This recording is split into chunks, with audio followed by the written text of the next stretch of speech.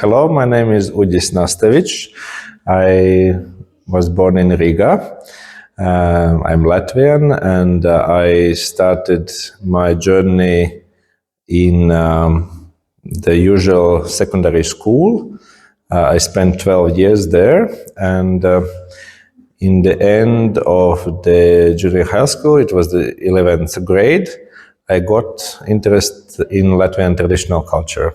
And namely, those were old archaic words that was a part of my homework that I had to analyze. And because of that, I first time get to read some books about our culture, about our traditions, customs, and so on. And I thought, well, that's quite interesting thing. Dievturi is the way, the Latvian way to God. In Latvian it is called Dievs. Other cultures have different names of the spiritual totality, the sacred totality. In Latvian it is called Dievs, and Dievturi are the people who venerate, who worship, who live together and honor Dievs, and it's all good virtues, because Dievturi is a spiritual tradition which takes into account our folk traditions, folklore. Let's say it is Latvian folk songs, Latvian folk tales, beliefs and customs, and it is the totality as a spiritual system. And Dievturi is the one which is rooted in this land, in this culture, and this is the way how Latvians have seen the sacred and approached it. And Dievturi is also the framework for all the rites of passage, let's say namesgiving, wedding, funeral, the ancestral worship, the way how we make the attitude to all these things is what is Dievturi about. Currently, I am head of the board of the Latvijas Dievturu Sadraudze. It is the religious umbrella organization under which there are several kindreds that are groups of people. And it is registered among other churches. Let's say there is a Catholic Church of Latvia, there is a Lutheran Church of Latvia, and the same is the Latvijas Dievturu Sadraudze. And this organization has two leaders. One is the spiritual leader, which is Andrejs Broks. In Latvian, that post is called Dižvadonis, the grand leader. And then there is the board, and I'm the leader, the head of the board. So what is the difference? The difference is that Andrejs takes care of spiritual matters, and I do take care about the administrative matters. Krustabas is, the name itself comes from word krusts. Krust itself means a cross. A cross, but it is not actually connected to Christianity, because cross is an element that has been present in several cultures, and also here is not different from other places. And Krustabas is the tradition which can be defined as namesgiving, and this tradition is rooted, this custom is rooted into initiation. So let's say there is a child which has been born, but in order to become a part of the clan, there should be some ritual. Before that, it is just a human being, but without an identity. So Krustabas is precisely the ritual through which one becomes a member of that clan. How? It is through some challenge through which the person gets the name. And by getting the name, the person also gets the protectors, so it's names givers, a part of the biological parents. So what is interesting is that, in ancient times there was very high mortality during the childbirth.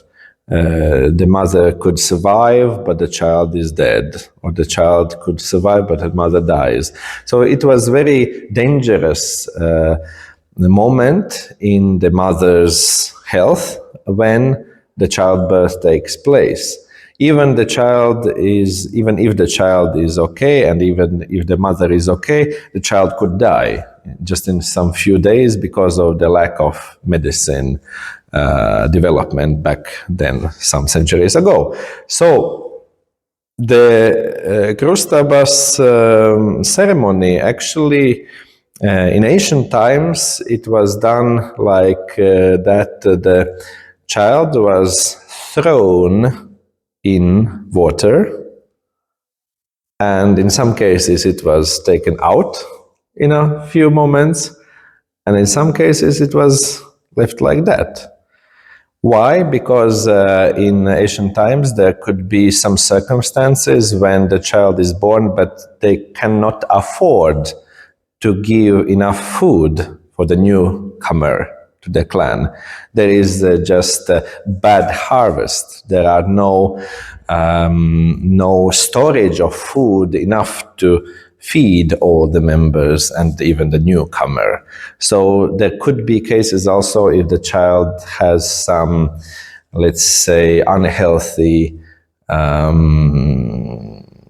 problems. Let's say it has some deformity in the body, or the child have some issues that you see that it will not live long, then the parents could, in ancient times, just put in water and not take him or her out. So it would be end.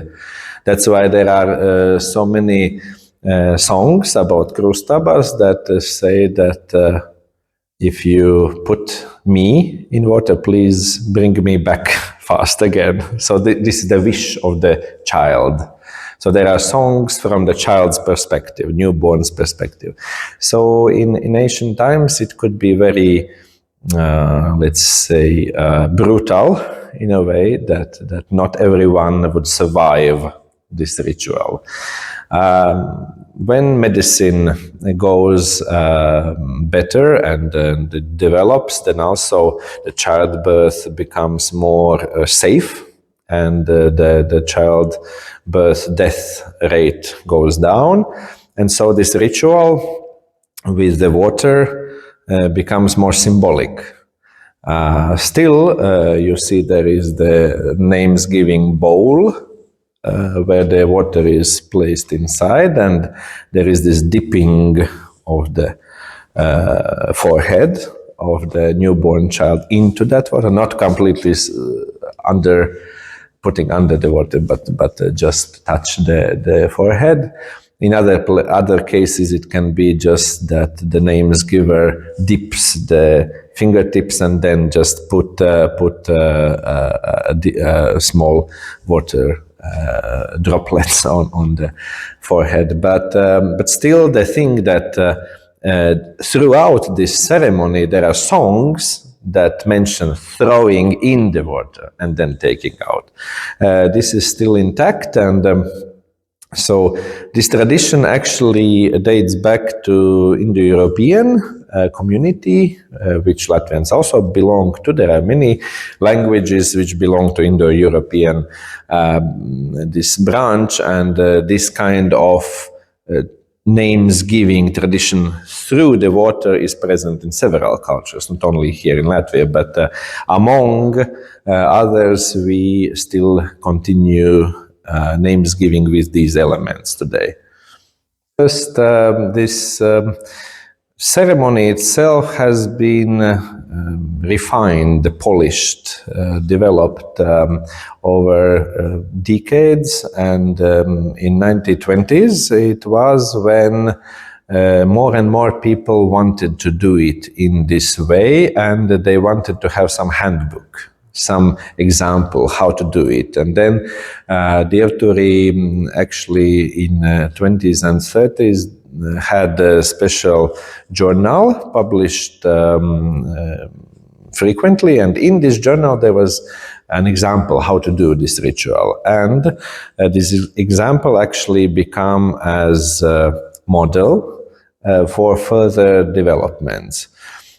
So you can find the text of Krustabas ritual in the issue of Labietis. Labietis is the is the journal of Dievturi, and you can find what are the parts of the ritual.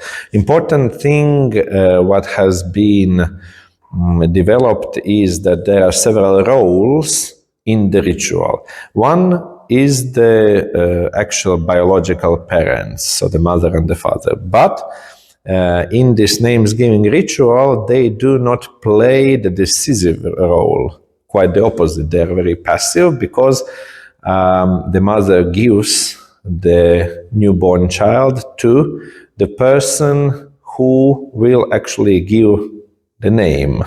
So it is not the biological mother, it is names giver. And the names giver can be a single person, it can be also a couple, but it should be a married person who actually have children, one child or several, but who has this experience of having child.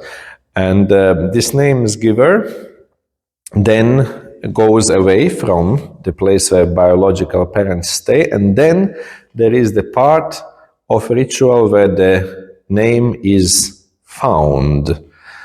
So during this ritual, nobody actually knows what will be the name.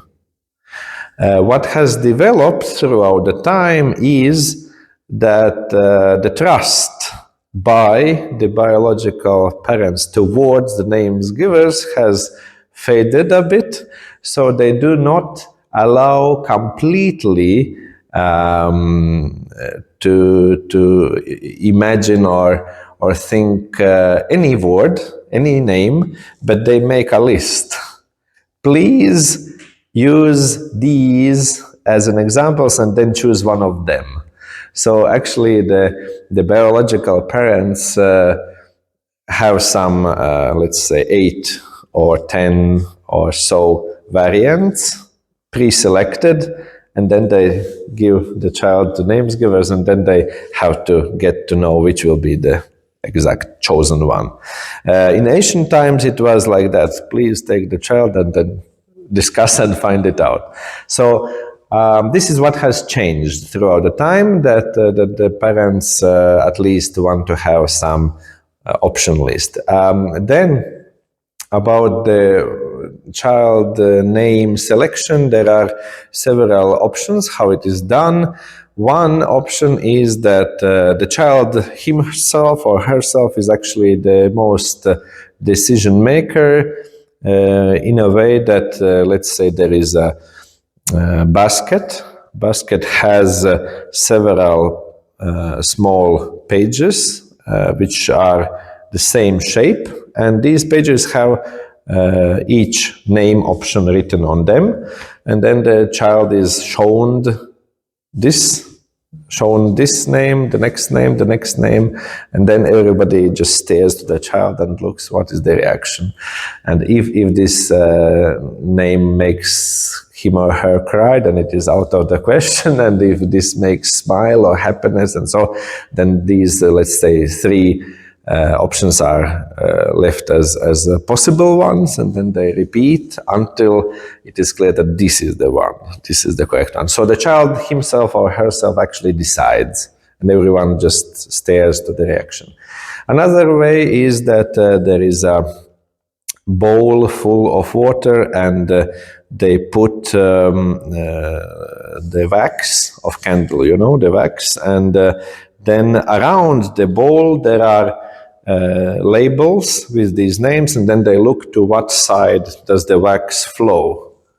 Does it flow to that or that side? And then when it will touch the circumference of the bowl, that will be the name. There are also other options, that there are threads of wool, and then what will be the thread that the child grasps and takes, that will be leading to the label with the name. Also, ancient Latvians very much paid attention to the nature sounds, and if during the names giving there was some bird singing in that very moment, they could use the name, usual name of that bird. That's why in ancient Latvian names you can spot a lot of animals' names and birds' names and so on, because it shows the very much connection with the nature beings. Then about the fading away of the tradition, we can witness that gradually biological parents want to become decision makers, and they are self-content that I can choose the name myself. I do not need any names givers, and this ceremony is not needed. I will do it myself. So this self-centered society actually has some influence on development, and so it seems that nowadays some parents would have their child without this ceremony at all. But still, if such person who had not had such a ceremony grows up and is waiting for his or her child to be born soon, one may think of that it would be good to have one's child having this ceremony. So it depends on person. But what is about the Soviet era?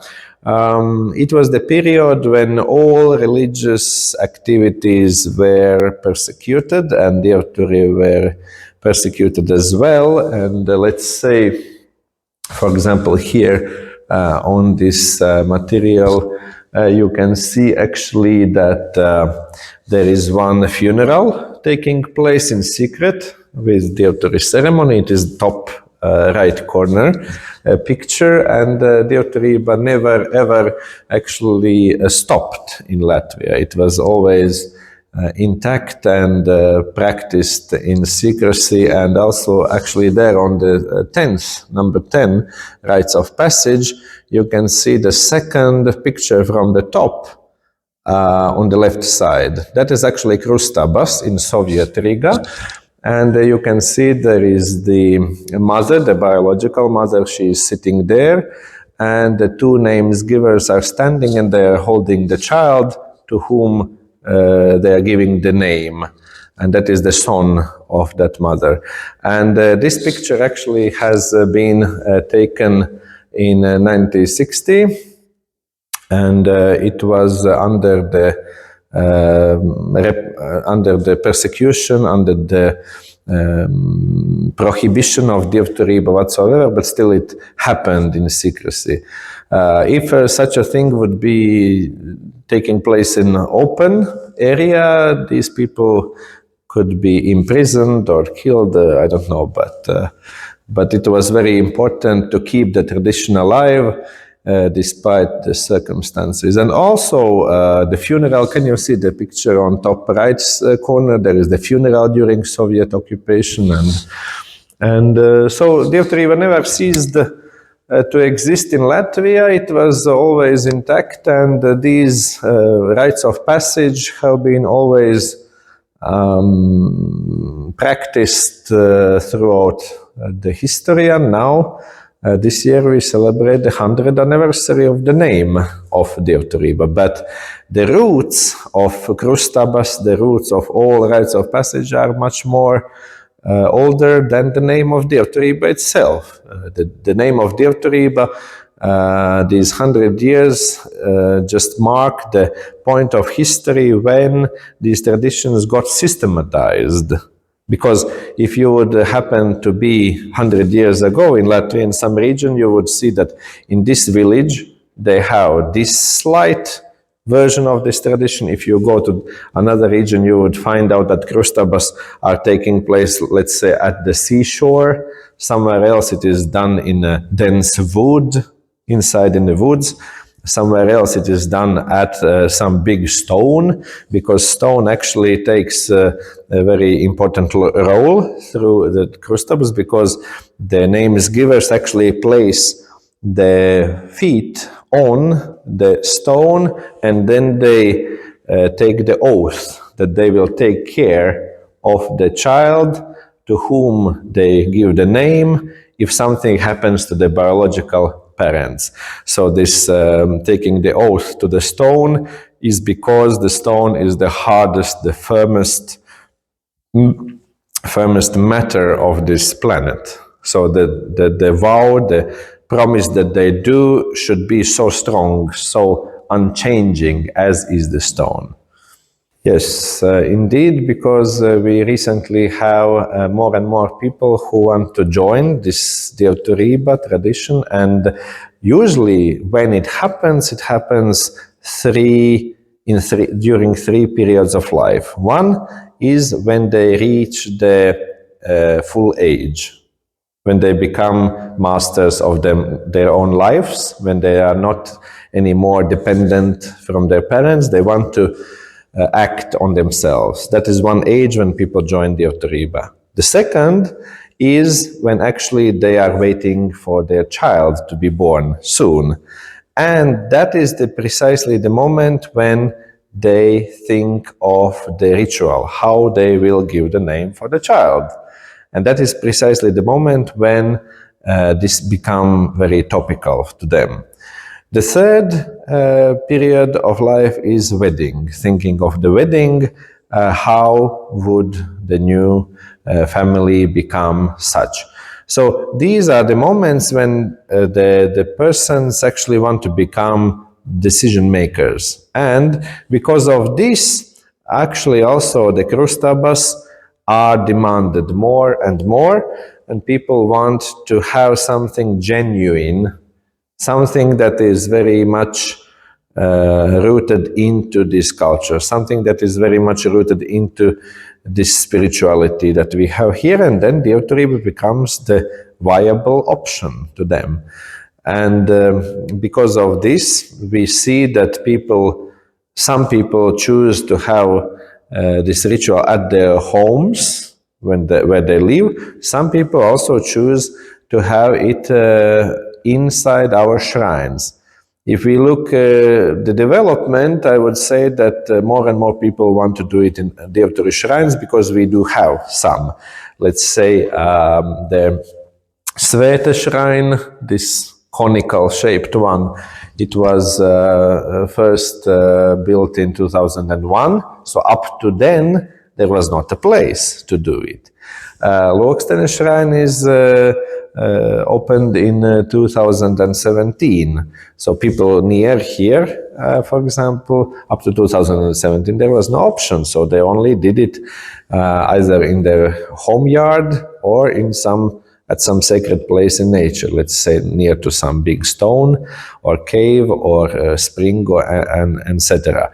So the development of recent demand shifts to doing it at the sacred place.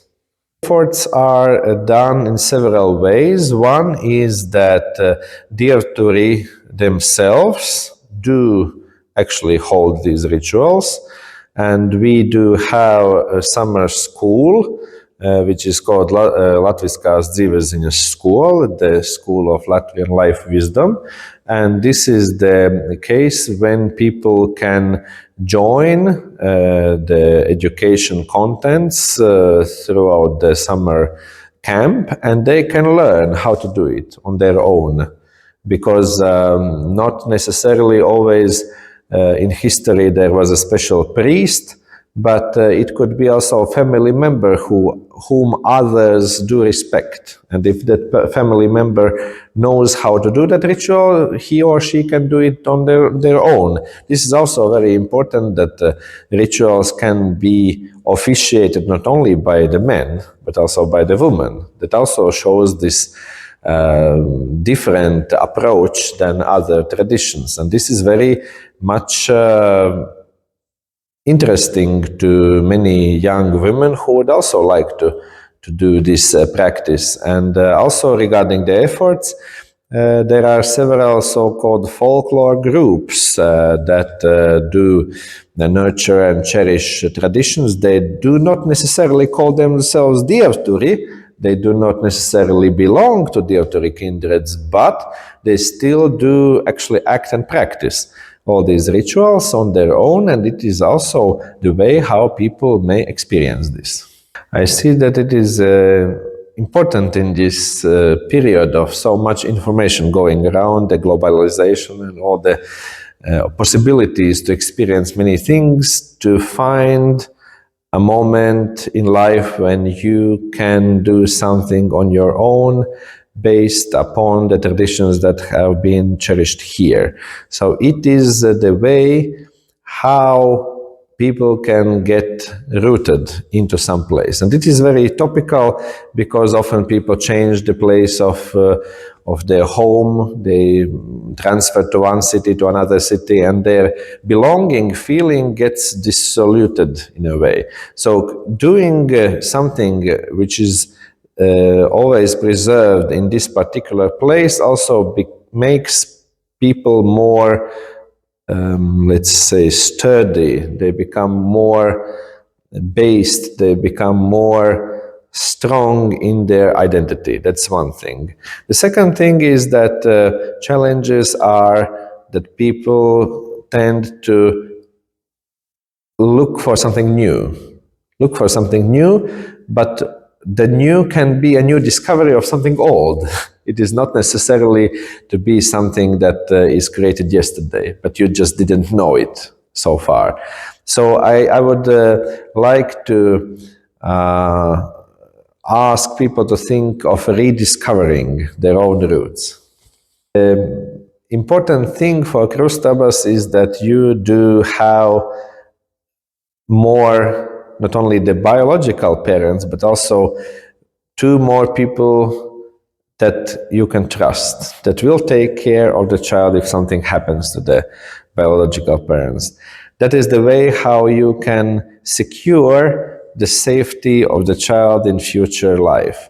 And you can secure it by a tradition, by a custom that has been preserved throughout very many centuries, throughout many challenges, throughout many obstacles, and it is still alive and people still practice it. And you can have something genuine by your own and do it in a way as ancestors have done here so far. So it is something that is very tested through the time. It has nothing that should be taken out of it. It has been perfected. It has been refined as it is today. So I think that it is very, very, something very valuable, something very like a treasure that we can still experience it here today. Although in many places around the world such traditions have faded away already and you cannot get that kind of experience anymore. But here you can. And that is something that I think that a lot of people could rediscover.